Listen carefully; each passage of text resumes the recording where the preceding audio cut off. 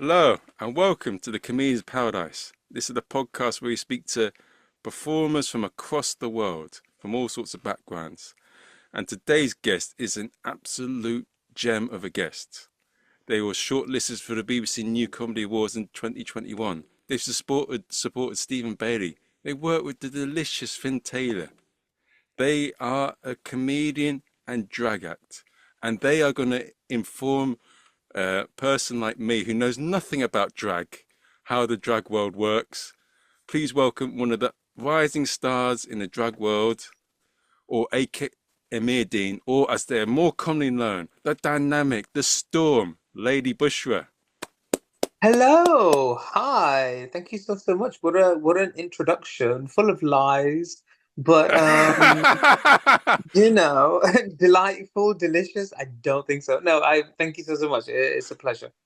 Well, I should have said scintillating, amazing, stormy. Yeah, suspiciously broad-shouldered woman on stage. Yeah, that's me. That's me. Now, for anyone that hasn't heard of you before, Amir, tell us a bit about yourself and how you became Lady Bushra.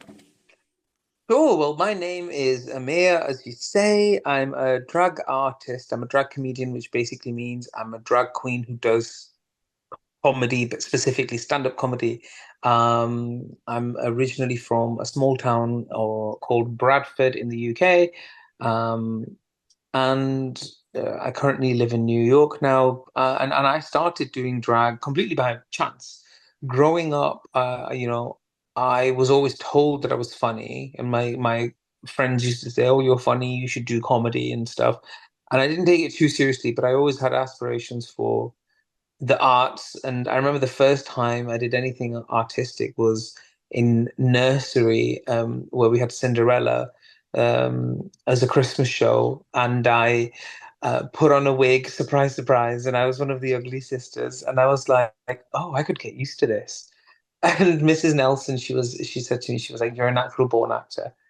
And it just always stuck with me. And obviously, life happens. And growing up in a traditional household, you're not allowed to pursue the arts. But, life has a way of working. And pandemic hit.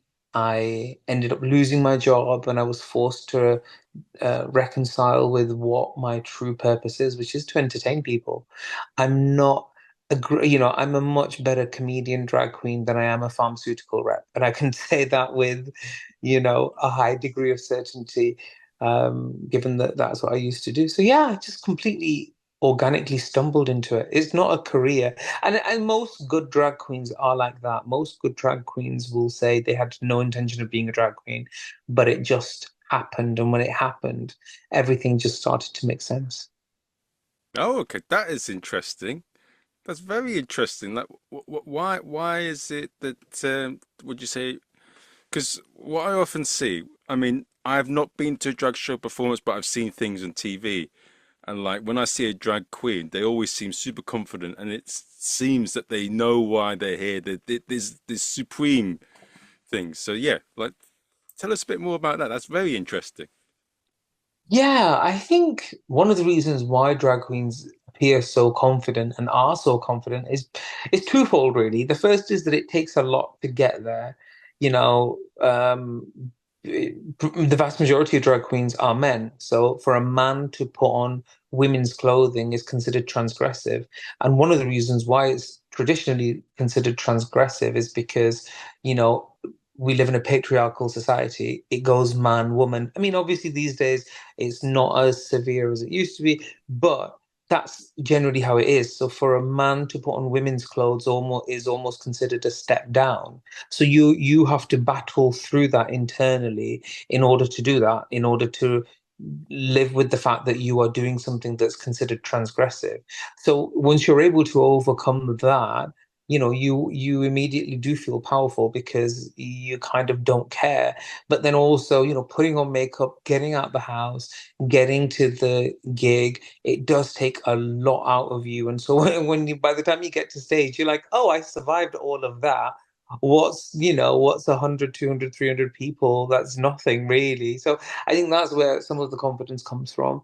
And the second is the actual act of it, makeup, costume, character. It's you don a persona. It's almost like as if you're donning armor. And when I'm in drag, and if I am walking in a public space, I don't get nervous. It doesn't phase me as much because um, there is confidence in being able to do what you do as far as drag is concerned. And one of the things a bit like that. So I play the- I, some I play Asian Zora, so I play a different character, and whenever Hmm. I play that character, I feel more confident than I do as my regular self because I feel that everything that happens or that character does is him. It's not Hmm. aspired to me, so I don't Hmm. feel it affects me in regular day life. Do you feel that when you do Lady Bushra, it's obviously an extension of yourself when you do a character, but do you Sure. feel that that's like whatever happens with Lady Bushra is Lady Bushra, and it's like it's not necessarily Yeah, yeah, that's a really great way of putting it, actually. Yeah, 100%. Absolutely. I mean, drag often celebrates the best of you. When you do your makeup, you highlight and contour with the intent of making your face as symmetrical as possible. You will wear the best, sparkliest costume. You'll wear your best, biggest, flamboyant hair. Like you celebrate, and a lot of drag traditionally is in reverence of the female form. It's traditionally female impersonation. Now, there's different types of drag, but traditionally that's what it's been. And so you will celebrate the best of the best. And if you are looking the part, you will definitely feel the part. So I think that's where sort of it's kind of like, if a guy is going to a meeting, a business meeting, are you going to feel like you're going to get the deal done in pajama bottoms, or are you going to get the deal done in a suit wearing your best watch? It's the same principle. It's a complete same principle. Um, so yeah, that's where the confidence comes from. is it a bit like I've just, I'm going to ask you this before I say this. What are your thoughts on Joe Rogan before I preface this question? I was actually listening to Joe Rogan earlier on. I don't mind the guy. I think he's a very entertaining podcaster. I haven't seen much of his comedy though. Okay. Yeah. I like some of his episodes here, and one of them that I definitely want to see is Donald Trump. But I've I seen want to I've watch I've that. I've watched it. Yeah, yeah, yeah, yeah. It was wild. I mean, to be honest, I mean, he didn't ask all the questions that you would ask Donald Trump, but it was interesting. It was really. I'm currently listening to the episode with the JD Vance. I think it's important to hear all sides of the political spectrum as to what the other side are thinking. Um, but yeah, it was interesting. Sorry, I interrupted you. I do. I really wish they'll change that in some way and get Kamala Harris on because, as you said, I want to hear both sides because it's Well, they were trying to, apparently, but I think apparently the other side sort of wanted a PR element uh, to be considered, which is very normal, where it's kind of like, these are the questions, what are you going to ask? Whereas I think Joe Rogan's rhetoric was that I just want to sit with somebody and have a conversation. But, when you do that, you are opening yourself up to potential dangers, whereas if you are a public figure and you have a PR person, they can kind of help guide the conversation and frankly control the narrative, which sounds uh, sinister, but literally every A-list celebrity does that. Literally, your favorite star will have the same process. So I think that's the reason why they couldn't make it work with Kamala Harris. okay. But speaking political things aside, the reason Hmm. why I wanted to ask that is because I think I've mentioned this a few times on the podcast before, but it's a great interview that I had with the great English director Guy Ritchie, and Hmm. he talks about being the master of your own kingdom. And Hmm. what you said, what you said there, like he puts in suit his armor, and like the world's going to tell you who you are, and you like where you're going to put your edge. You tell yourself who you are. and like he Mhm. knows that's going to happen. So when he goes out in the world, he dresses in the best way. He always wears a suit, so he's ready for the world to you know win that battle of saying, "I this is who I am, this is what I am." By he puts on the suit and he owns it. Mhm. I'm not really saying it Yeah. clearly, but fair enough. No, no, I'm waiting for the question. but What's your question? but I'm saying, would you say that it's But yeah, by putting all this effort in getting dressed, and when you Uh-huh. do the act, you're putting on suit and armor, ready to deal with the bullshit of the world, and to yeah, Yeah.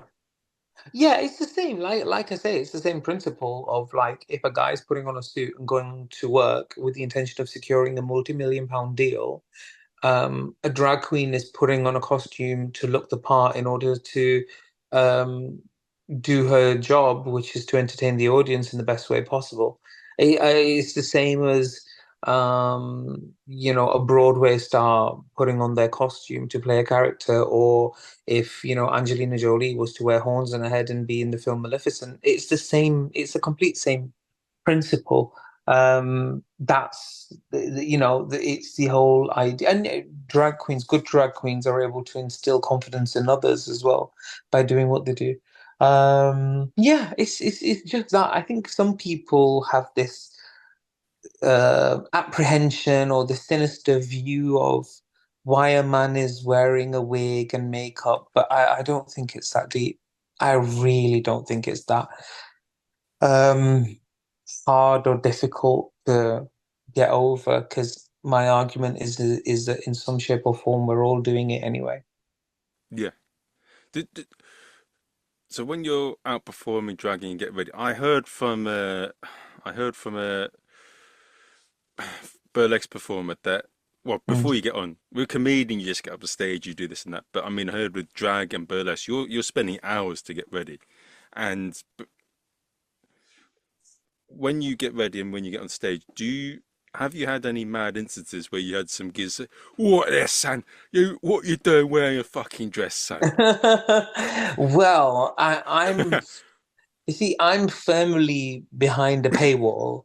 So I'm like, apart from social media, I'm massively behind a paywall. So if you want to hurl an insult at me, it'll probably cost you, I don't know, for about $50, $60 before you're able to say anything to me. So, good luck with that.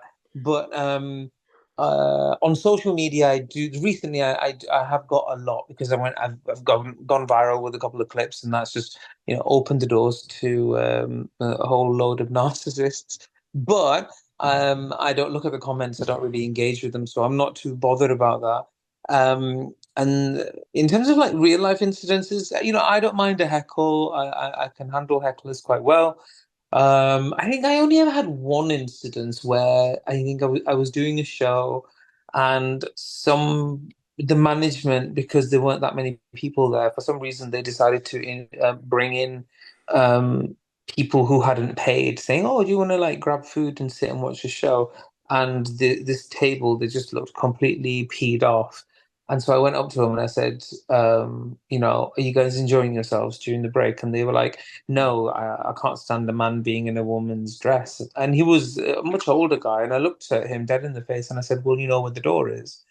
And they were like, "Oh, this isn't good customer service." I was like, "You can, stick your opinions where the sun doesn't shine. I ain't gonna back away." And this was Milton Keynes. Do you know what I mean? So I was very brave. And then his wife decided to come up drunkenly and complain to the management. And I was stood there. I was like, "I'm a bigger Karen than you are. I will argue my position." And I said, "This is what's happened and this is what I've said. And I don't care. You can get out." Um, because I don't, if you don't think I'm funny, that's absolutely fine. If you don't like what you see, that's also absolutely fine. You can just change the channel. Just do that. That's all what you need to do. There's so much variety out there. But for you to sit there and kind of um, tear someone down or disagree with their very existence, I ain't got time for that. If you don't want a constructive conversation, I don't have time for you to just spew your hatred, 6 months before you're gonna pop your clogs, and I just don't have time for that.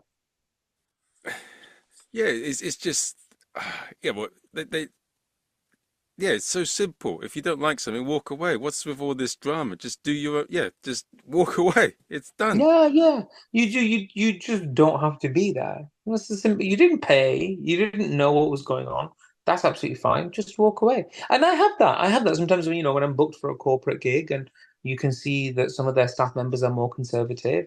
They might engage to a certain very small extent and then they'll go, to keep their bosses happy, or they won't and they'll just look the other way, and that's absolutely fine. That's absolutely fine. Like not everybody likes clowns.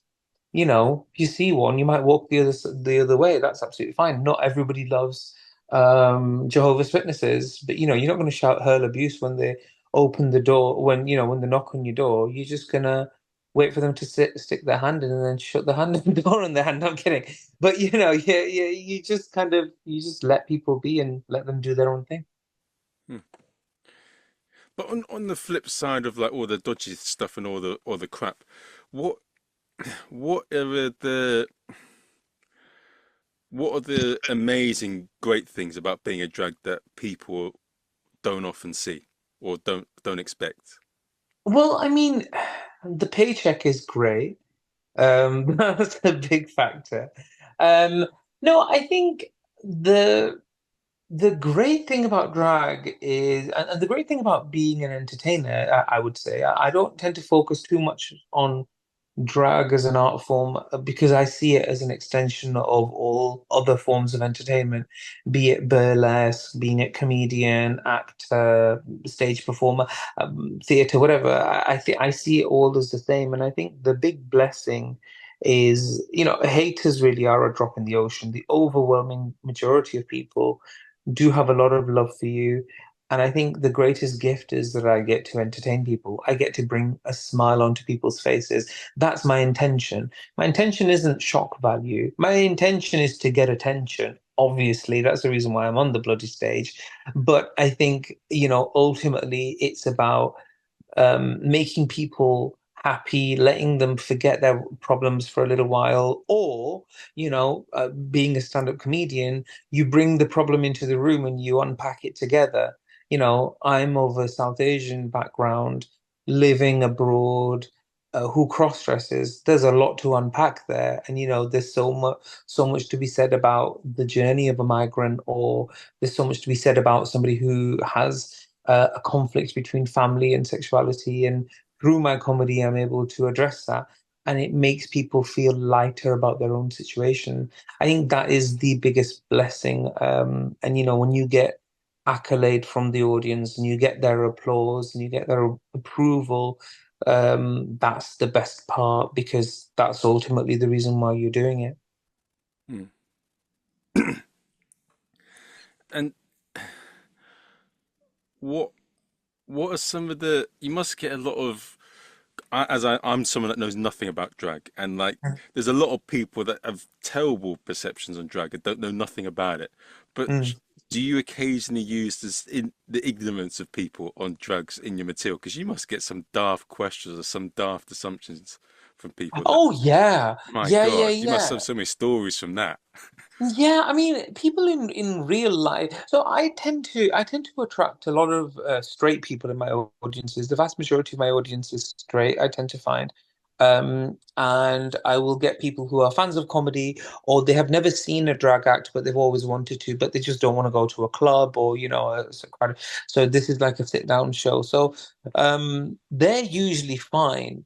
Um, I think the only I haven't personally experienced it beyond social media, and these days there is this rhetoric that drag queens are groomers, and that they are um, Mm, that children need to be protected from drag queens, which is unfounded. Statistically, it's unfounded. To put it crudely, drag is not a career that you would pursue if your interest was to get closer to children, because the vast majority of drag shows are in bars and clubs, which is an adult space. You have to be over 18 or over 21 anyway. So it's just bit of a political rhetoric that's been shoved down people's throats. Traditional standard drag comedy is not something that's geared towards children. So that has been a bit of a weird thing to wrap my head around. I'm just putting on my makeup. I'm on all of my shows are 18 plus. And I'm doing my own stuff, and then all of a sudden somebody on the internet's like, groomer, you need to stay away from children. And I'm like, where did that come from? Like, that's just a complete left field. Mhm. And then the other thing that has been a little bit weird is people having this perception that I'm doing drag because I hate women, and that I'm jealous that I never will become a woman, and so I'm trying to take a woman's position, which in itself is misogynistic because there's no one way to be a woman, and that would infer that I'm showing what a woman's place is. Whereas my argument is that, women are equal, and so they should be allowed to pursue whatever they want to pursue, whether they want to wear a sari or a blazer, or whether they want to be a rocket scientist or a homemaker. It's entirely their prerogative. In fact, drag is quite the opposite because it celebrates all facets. That has been the weirdest one. Oh, and then the other one that's been really creeping up these days, thank you for asking, is because I do drag wearing traditional South Asian attire. I wear saris and lengas and just traditional, very region specific Indian outfits I wear. I say my drag is very much Vicky Pollard goes to Bollywood. I talk with a British accent. I am British born, but my aesthetic is all South Asian. And there's been a lot of people who've been accusing me of wearing like Hindu ceremonial gowns and saying, I'm sure it's not allowed in your culture to do this, or you're wearing these traditional ceremonial gowns. And I'm like, what even is a ceremonial gown? What are you talking about? Like, I'm not here sacrificing children at an altar. Like, what? It's just a sari. It's really common. Those are the sort of misconceptions, yeah. So, but people will say stuff just to get a reaction out of you anyway, so I don't pay any attention. Hmm. How important is thick skin as a drag artist? I think thick skin is very important as a drag artist. I think a lot of drag artists will perform at queer venues, so they'll perform at LGBT venues, gay bars, etc. That continues to change. I think when you are within your own community, you're a little bit more celebrated than when you are trying to pursue mainstream spaces because you're trying to put yourself on a level playing field, which has its own challenges, right? So I think when you are in a drag bar and you're, with your drag queen friends performing in front of a queer venue, um, you're celebrated a little bit more than if you are wearing full makeup auditioning for a role that's for a drag queen or not a drag queen. Then I think you really have to develop very thick skin um, to know that the no's are not personal.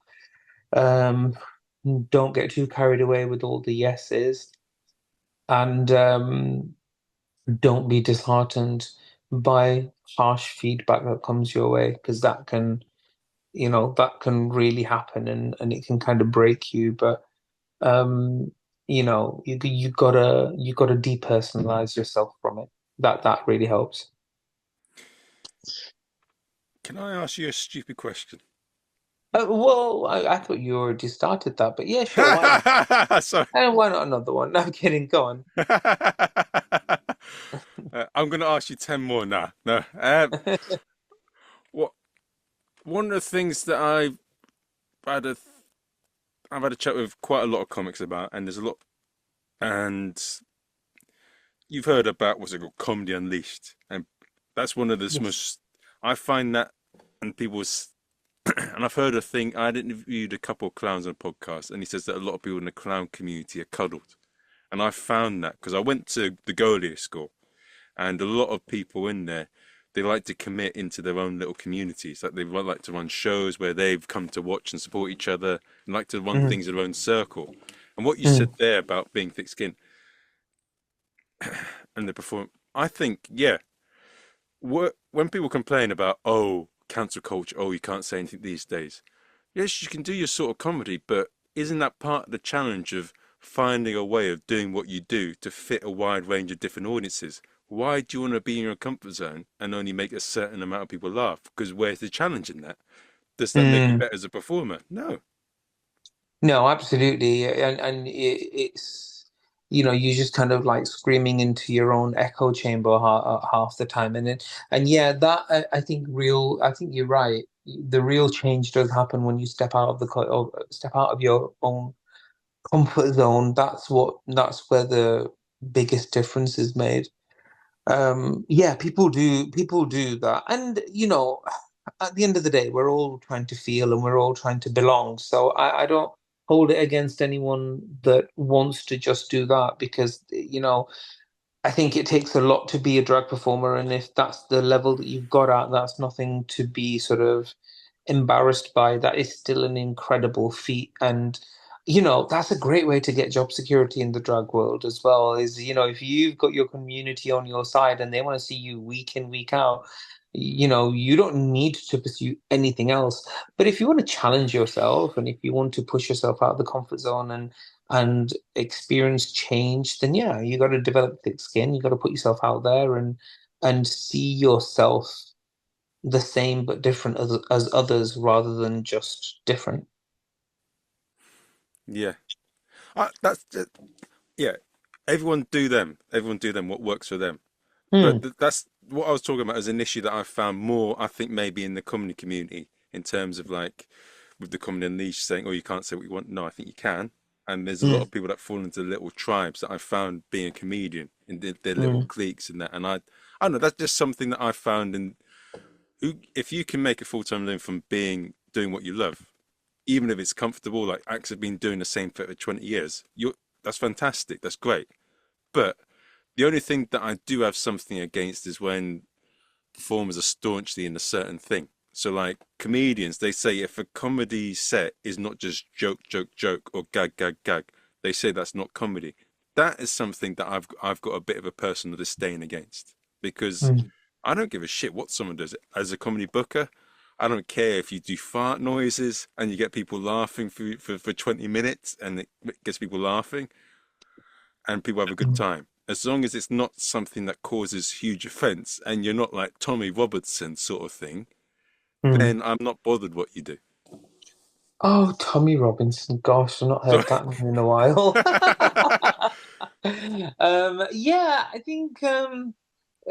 I think it's the age of offense, isn't it, these days? I think it's people look out to be offended. That's just how people tend to operate these days.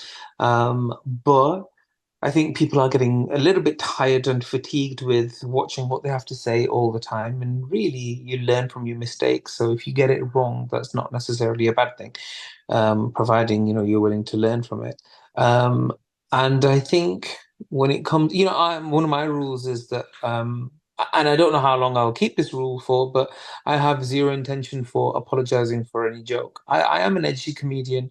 I do make edgy jokes. But my intention is never to offend anyone. And I think that says a lot because it's all about your intention. You have to, if you're offended by someone, you have to take a step back and go, what was their actual intention? Was there an intention to offend me, or did I get offended? And whether, is the person just doing an act? And I think I think that's the difference. But then you do have some people who will just say stuff for shock value or because they don't understand the rhythm of, the art form that is comedy. And, that's a whole different thing. But, it's about intention. I don't mind. I don't mind the vast majority of jokes I hear. I think, it's absolutely fine. okay. And when you're from following everything from everything we've said, when you're developing bits and parts for Lady Bushra, Hmm. may I ask this question? What is your process for doing it? Do you go and do regular sets at clubs in New York as you, and then you start developing drug shows as Lady Bushra? What's your Hmm. thing? Yeah, well, I mean, I have the UK to thank a lot for, including Lady Bushra, because my character is inspired by those girls that I grew up in my hometown of Bradford, those sort of larger than life, boisterous girls. Um, and so that helps me it helps me inform the character of Lady Bushra. So really, Lady Bushra represents those larger than life South Asian women who I've known and loved my entire life, but they've not necessarily been allowed to voice their opinions and their thoughts the way their male counterparts have. So, she is that sort of matriarchal aunt, and so it's life through that sort of warped perspective lens. But I take it wherever I want to. A lot of Amir does come out, and so much of it is sort of socio-political commentary, but it's all from that South Asian perspective of, I'm a South Asian, I'm of a migrant background, I'm queer, therefore I'm a professional victim, and anything I do, you have to applaud apologetically. Like, do you know what I mean? It's just sort of poking fun out of society in that regard. But it is very much from the South Asian perspective. I do find myself looking different than the vast majority of the Western world, trying to make sense of it. And I think doing that in an authentic way is what helps people connect to what I do. Hmm. If you weren't authentic and do you think audiences would smell it? Yeah, are you kidding me? Of course. Listen, I'm saying this as a man pretending to be a woman half the time on stage. Audiences can sniff out a lie. Like if what I was doing was not authentic, they'd completely switch off. I can't. And I think all my role models in comedy, one being Joan Rivers. She's my favorite comedian. She was a female Jewish woman who found herself in a patriarchal society where she was perceivably aging rapidly, still trying to make it work. And that is exactly the story she told in her comedy. Do you know what I mean? Every time she was on her stage, she would talk about how she's getting old, how her husband's losing interest, or when her husband passed away, and being Jewish, being a Jewish American. Like she celebrated all those facets, and she worked through it all with people on the stage. And I think had she turned around and said, "Well, I'm amazing and everything is brilliant, and oh my gosh, guys, I'm so inconvenienced by Mexican people," I don't think anybody would have bought it. Do you know what I mean? Like, I think she had to be authentic, and that's what inspires me. I have to talk about the world I find myself in. I have to talk about the fact that I grew up in a religious household and I'm South Asian, but I'm British at the same time. But according to a lot of people, I'm not English or I'm not British enough. And, that isn't good enough, but I am. But, you know, the whole facet of being a queer person and having conservative parents who don't want anything to do with you, it has to come up on stage. That's how we heal. And, people will see that and either they can empathize with the story or there's Mm. a familiarity, and that's what people resonate with. In America, I've had people from Mormon backgrounds come up and say, "Do you know what? Ooh. This resonates with me because you come from an organized religious background." And I'm not bashing religion. I don't have anything against religion. It's absolutely fine, but we all have our own personal experiences. And then the other day, I met a fellow comedian, and he was like, "Yeah, I grew up in Alabama. I grew up in a small town, and I can resonate with you, So we're a lot more united in our stories than not." Mm. And that feeling of when you turn people around to I mean, the Mormons and that must have, were you shocked when you felt that, or were you like pleasantly surprised and you're like, bloody hell, that's, what was your thoughts going in when they said that to Ye- you? Yeah, I was pleasantly surprised, but that sort of that's organized religion. Well, organized religion, but it's not so much even religion, it's the indoctrination. When people fall victim of indoctrination, I think that's where trouble can begin, and I think that's where they were getting at, because I'm a deeply spiritual person, and religion does help teach people spirituality, but at some point it turns into indoctrination and you become really rigid and rule orientated, and it's either you're in or you're out, and that can cause a lot of damage and it can tear families apart. So that's something that is universal across many faiths, unfortunately. So yeah, it didn't surprise me in that regard. Has there been an instant following on than that where, yeah, we're more alike than we are different, but has there ever been a case where you've seen someone say, "Oh, I was completely against drag," and Mm. that, but then you completely turn them the other way? It happened once, I remember. I mean, it happened several times. I can't, obviously, I don't remember every conversation, but there is one time I remember I did a Pride event, and this lady, she was like, "Oh, yeah, I was with, I think, my husband or something." And she was like, I walked past, and I was like, "What's going on?" And her husband was like, "Oh, there's the gay thing going on." And so he didn't want anything to do with it and he left. But she wanted to explore, so she carried on. And then afterwards, after I'd done my performance, people want to take pictures and stuff. And she came up on a walking stick and she was like, "You know what?" They said, "Yeah, the gay stuff's going on, but I saw you perform and you were so good. I'm glad I came. I like you guys now." And I was like, "Oh, thank you. That's amazing." But even being gay and stuff, I have had people say, seeing you has helped me understand my child and accept them, or seeing you has helped me understand the concept of homosexuality and sort of understand it as something that's different but equal kind of thing. So yeah, I think I'm not saying I'm an amazing person, not at all, but I think, again, it's something to be said about being your true, authentic self and being confident with who you are that inevitably helps other people understand things more broadly as well. Hmm. I don't know what to say. It's powerful stuff. Yeah, well, listen, that's the thing about me is that, like, I am a comedian and people do find me funny, but when you look under the hood, I'm quite a cerebral, serious person. And it is serious. Comedy, like, tragedy plus time equals comedy. So, like, a lot of the stuff that comes through from comedy is coming from a really honest and sometimes even dark place. So yeah, it gets real, man. Yeah, I know you saw all the glitter and the saris and the rhinestones, and you're like, "Oh, it'd be fun to have a drag queen," and then you get me. Hmm. Okay, so I'm gonna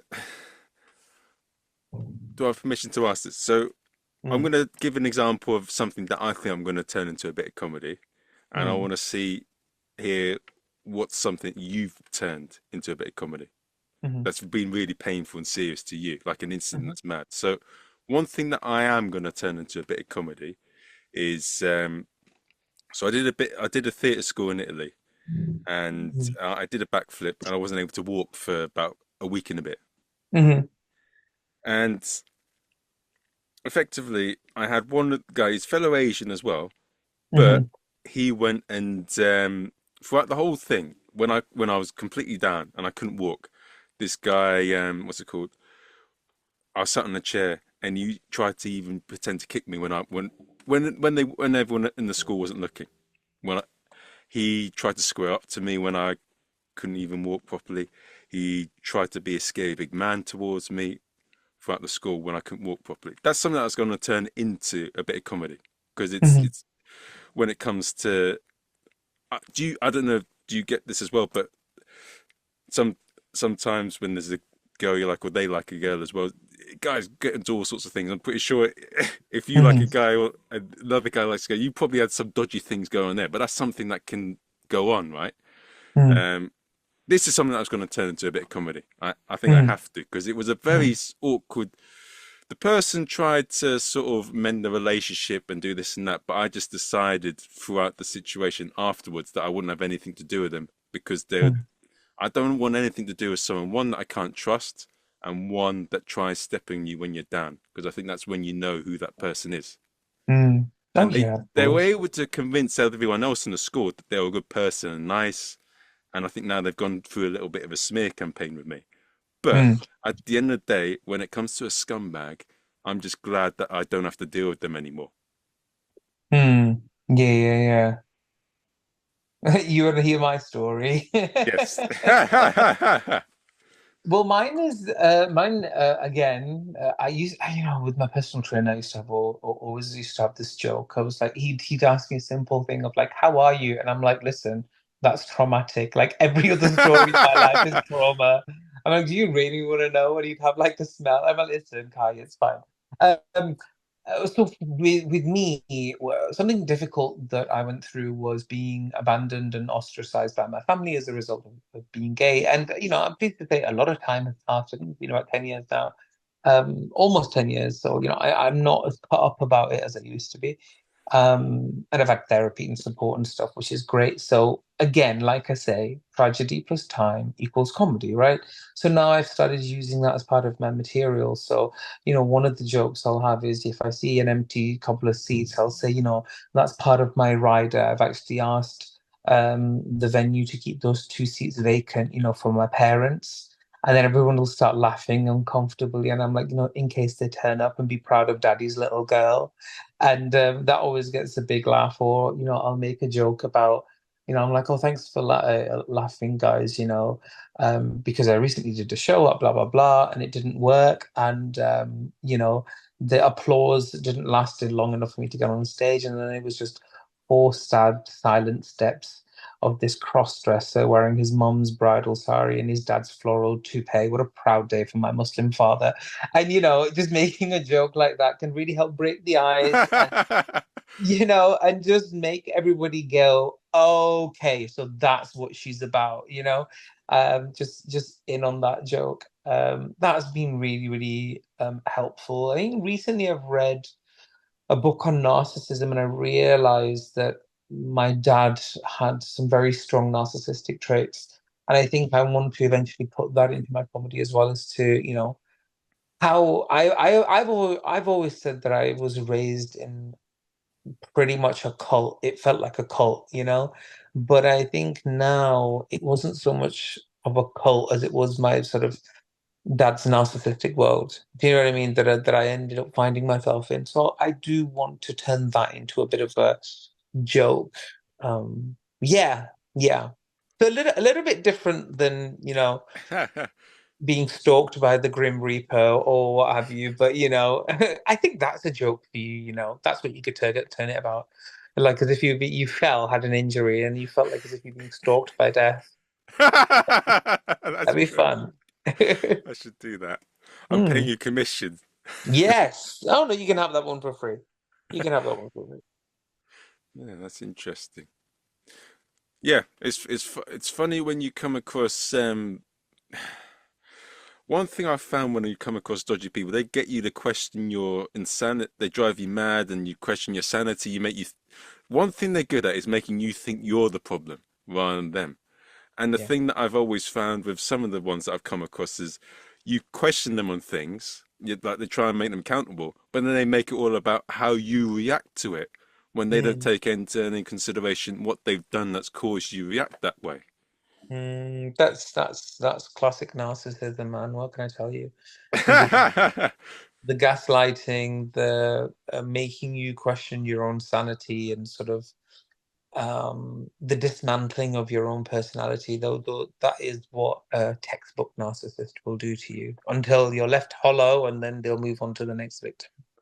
But I tell you what, when they're gone, you feel a lot better.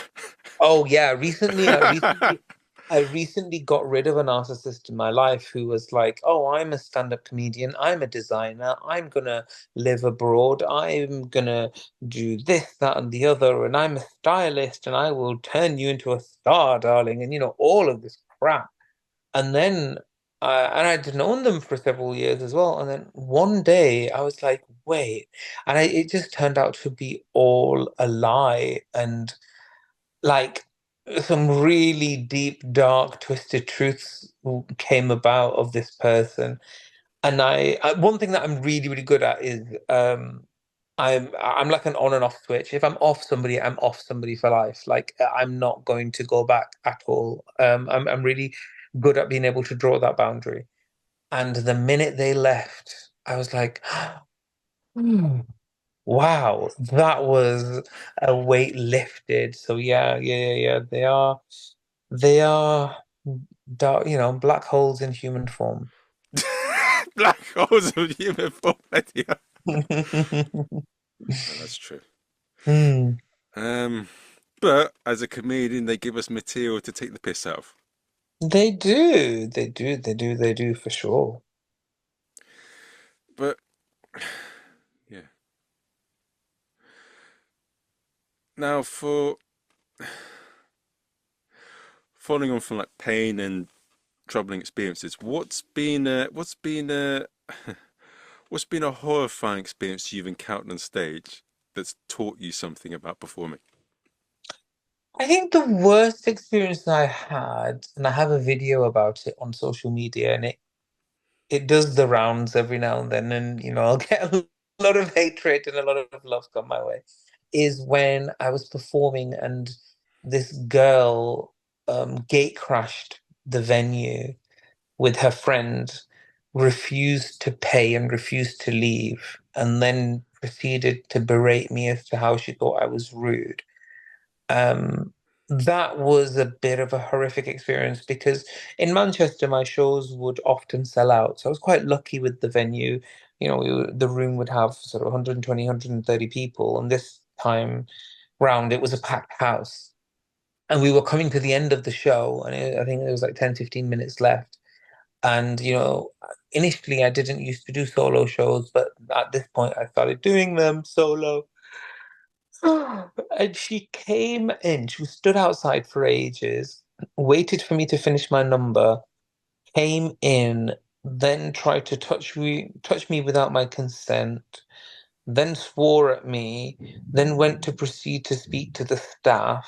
And all the while, I've got a microphone and everyone's quiet and uncomfortable and then waiting to see what I'm going to do. And so then I tried to reason with her. She didn't want anything to do with it. And then I didn't drop character, but I met her at her own frequency, shall we say. And she didn't like that very much. And then eventually she left. And people often say, that was a Karen, that, you handled the Karen. But that really, really taught me to make sure that my boundaries are, as a performer and as a drag artist, especially, are respected. Because there's something about drag queens that drive people insane in the best possible way. And they get into this frenzy and they feel that they are able to touch drag performers inappropriately. It's almost like as if they don't see them as human, and I've never understood that. Or they think it's fine to be abusive towards drag performers, and I'm not that person. I'm not that person that gives somebody rights to be like that with me. And so what it taught me was, you can set your own boundaries, and you're not wrong for that, whether you are performing or not. Sometimes it does feel difficult to do them, doesn't it? Oh yeah, I think it depends as to who you are. Like if I was booked by the venue, then I would have been a little bit nervous because you don't want to piss off the patrons too much and you want to stay in the job, and it's one of the few opportunities that you have to be on stage. But um, this was one of my own paid shows, and she refused to buy a ticket. She refused to leave. She knew that she wasn't invited, and she decided to walk through anyway. And I think that being able to set boundaries in that sort of scenario um, depends on your experience as well. I think. It is difficult to set those boundaries, but I think they are important because, especially post-pandemic, I noticed a lot of people forgot how to behave in public.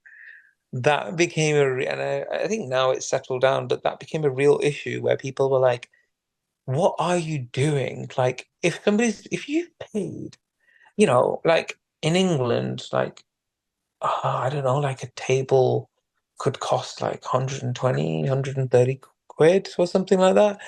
If you're paying that kind of money to see one drag queen, it's not an insignificant amount of money.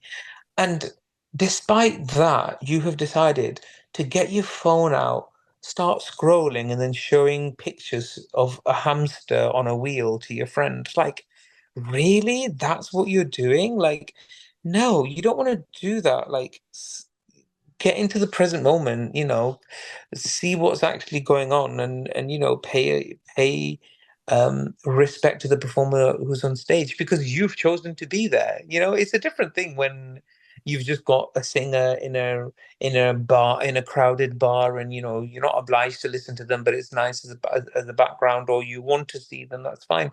If you're going to a sit-down cabaret show or a stand-up comedy show, and the premise is for you to sit and listen to the artist and engage when you've been invited to engage, then you should respect that etiquette because that's imperative to making the show good. You can't turn around and say, "Oh, well, the show wasn't that good," and I'm like, "Well, if you were on the phone for half of it, then how would you know?" Yeah, It's that kind of thing. yeah. But they're often the most annoying, the ones on the phone. Yeah, yeah. I had one literally the other day, and she was like, and it sounds like as if it's all women. It's not. It's not. It's a mixture, but it just so happens to be another woman. And she was like on her phone, and I was like, "What are you doing?" I was like, "Why are you scrolling?" And she was like, "Oh no, I decided to follow you, and so I was following you on Instagram, and then I started showing my friends how pretty you look." And I was like, or you could just put your phone down and look at the actual pretty thing that's in the room. Like, you know what I mean? That's quite funny. That's that when that happens. Phones are just such a distraction for people these days that their attention spans are frazzled, unfortunately. Uh, but they give that is the thing that I like about live entertainment, though. You get all these things to talk about, all these mad things, all these mad people that you meet off stage. Performers, we're all a bit mad, as we've said before. What would Mm. our lives be like if we didn't have all these amazing, mad, nutty people within Of course. performers? Of course. Absolutely. Absolutely. It's also all part of the human experience. I sounded like David Attenborough there. I apologize. um, what if we've got any comedians that if there's any comedian that's looking to get into drag or anyone that's in a similar experience to where you are now, well, not where you were before you started drag, Mm. what advice would you give them if they wanted to pursue drag? If anybody wants to pursue drag or even comedy, for that matter, I would say, no, I would say know who you are. Have a sit down with yourself and really figure out who you are, what your voice is, and what you want to say, because audiences love authenticity. Don't hide the things that you think you should be hiding and you should be embarrassed of, because it turns out you'll find that those are the very things that people seek in you, and those are the very things that they want to celebrate in you, be it your sexuality, your crooked teeth, or your South Asian heritage, or your hatred for the royal family, whatever it is. Just come out with it. Be your true, authentic self. Don't do something that you think the audience will like. Do what you like, because if you're confident and if you're having a good time, the audience will have a good time.